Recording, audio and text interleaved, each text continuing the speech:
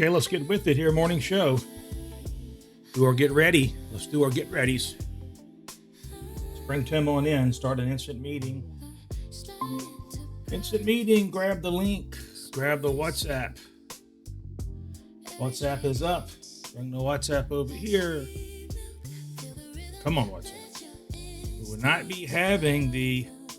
There we go. We'll not be having the problems today with the camera. We got all that stuff fixed. Let's go ahead and lock that volume down a little bit lower. But right there, volume is locked for the sessions today. Yeah, we don't have to keep worrying about hitting the dadgum button all day. We're in the house. Cronus is out on the couch. I'll let you know when the schnauzer comes back here. My cord management is hideous. I do have the laptop plugged into the media card. I got the USB 3.0, Super 3.0 port running the camera on the fancy dancy $5 a month subscription-based Sony. But the camera won't cut off. So much for using a media card. Thank you, Sony. You have to have the next level up. I bought a Canon M50 to do this. More than adequate for streaming. Cutting these kind of videos, and it's cheap enough it could just stay mounted back there on the back side of the rig on a camera mount, on a small rig mount. But you got to be the next model up, is my understanding. Or I could have got the Sony, but it was like $200 more. Didn't really do any more functions. And I'm not certain, to be honest, whether that one would stay on either, or without some special Sony software. I don't know. But this camera, this particular Canon, the M50, you have to continually hit the button. Just hit the focus button on it, or any button you want, but you got to hit the button on it for it to work. If you go past 30 minutes, the longest you can extend it without timing out on its own when it's plugged in or on the battery, and I got it hardwired, is 30 minutes unless you buy their software for $5 a month, and it has to be running. And so I didn't want to do that because it was using CPU, yada yada, and the internet, of course, verify, always hunting and verifying, and then and on top of that, try to help the latency. But you got to do it, or I got to keep remembering to go back there and cut the camera on and lean over and cut the camera and all that stuff. So until there's a firmware workaround, this is what we got. We got USB on the camera, which is fine. The video quality is the same. I'm just worried about having to be hooked up to Sony when I'm trying to trade. It irks me. And this computer has to be on that software, or it will not allow the camera to run. So I'm going to see.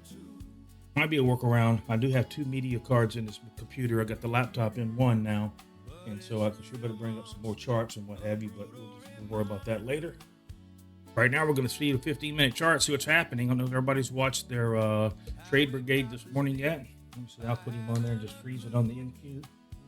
That's Asmund Gold up there. He's ranting about Epstein, if we can say that anymore, but I won't say it at all.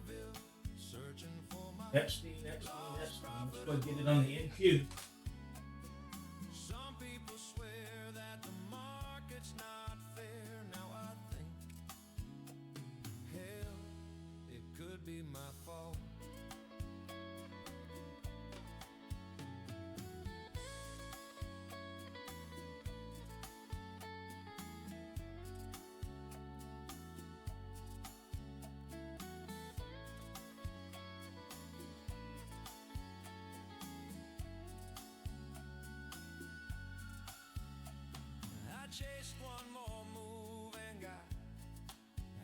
There it is, everybody.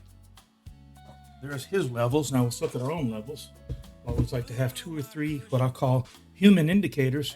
Nothing wrong with picking the ones, and I'll have them in somewhere on the website. Probably just be a little homage to those who I have followed, who've helped me tailor this system with AI. AI's in the house. We got Gemini at the bottom left, and we got Perplexity up one from him. Then we got ChatGPT and Grok. That's Vcon, Pulse, and Quant. That's what they named themselves. 15-minute chart. That's 5 minutes. We're going to go to the 1 hour. for the 1 hour. I have these little indicators here that allows me to see the high and low. All I have to do is move the chart around. It does it automatically. And I find that that's better. It's less load. And then I can go in and see like my flat top and flat bottoms. If I really drill down into something like this, that range, 514 to 325 on these 5 sequence of 5 minutes candles, I can even come like this and come like this. See my ranges. Not ideal, but I'm finding it. I like it better than popping a bunch of lines on there. What I do is I could just kind of see this. Here's your overnight low from yesterday. High from yesterday, overnight high from here. So you could pop those out if you want to. Those are key levels here. I don't use them as much as you know, but since I've been using AI, because they're doing all of this for me, got the cell phone. I got all 4 of them in what's called a boardroom, a Visual Studio. We built with Visual Studio. And here, I'll just give you a little peek at like some of the stuff that we talk about here. And you can see what I mean, who does what and who does the moderating and what have you. Where are you? I don't come to the regular dashboard so long. You know, like right here, something was working overnight. Give you an idea of what they do, how it kind of works. We're always trying to reduce hallucination. If you don't know what that is, it's where they tell you they can't remember conversations, but then they remind you of something you said in a conversation. That's one little bitty tiny small hallucination that they do. They can also hallucinate about facts, especially the ones that are more biased politically, and they allow that to get over into your data sets, even related to trading. And so you have to. That's why I'm triangulating. The more I use one AI, the more I realized that I needed to use more. Here's basically how they're designed. I'll go up here and show you. Just happened to have this open because I was having a reference. ChatGPT was who they elected to build out the boardroom. We're almost done with it, meaning it's functional and it's in test modes. But I'm still finding issues with it I don't like. Significantly better than using any one of these alone. I already have that like 1,000 times. They rated it. They said it's so exponential that it so far exceeds 1,000 times more accuracy and function and speed that they can't really even put a number on it. That's what they called a paradoxical question, because the 4 of them together could not let me know how much more accurate and faster I was over using any one of them. And this means watching charts and all the stuff that they segment. They all don't do the same thing. That would be defeatist. They all have told me what their strengths and weaknesses are, and then they have come up with a list of what they think the other ones should do and what they think they should do, and then they all voted on it. And then that's how we got to everybody have their say. I'll give you one that's a little easier to read here.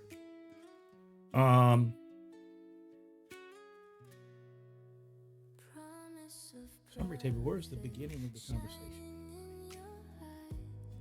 Don't want to see thank you. Oh, wait a minute. Okay.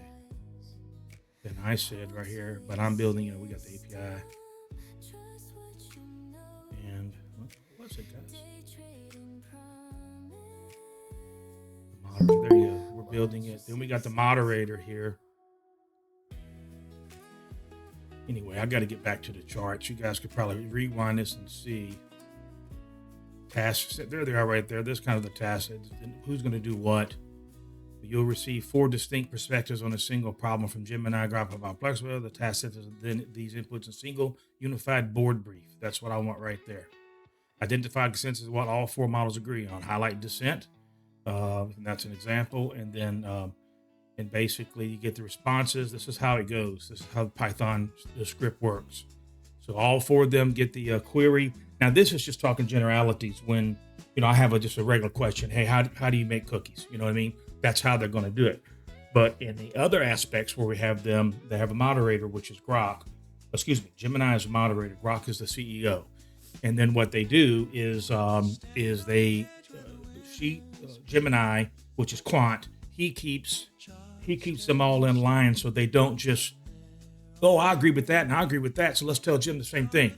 They still have to argue it out and not come to a consensus for the sake of having a consensus.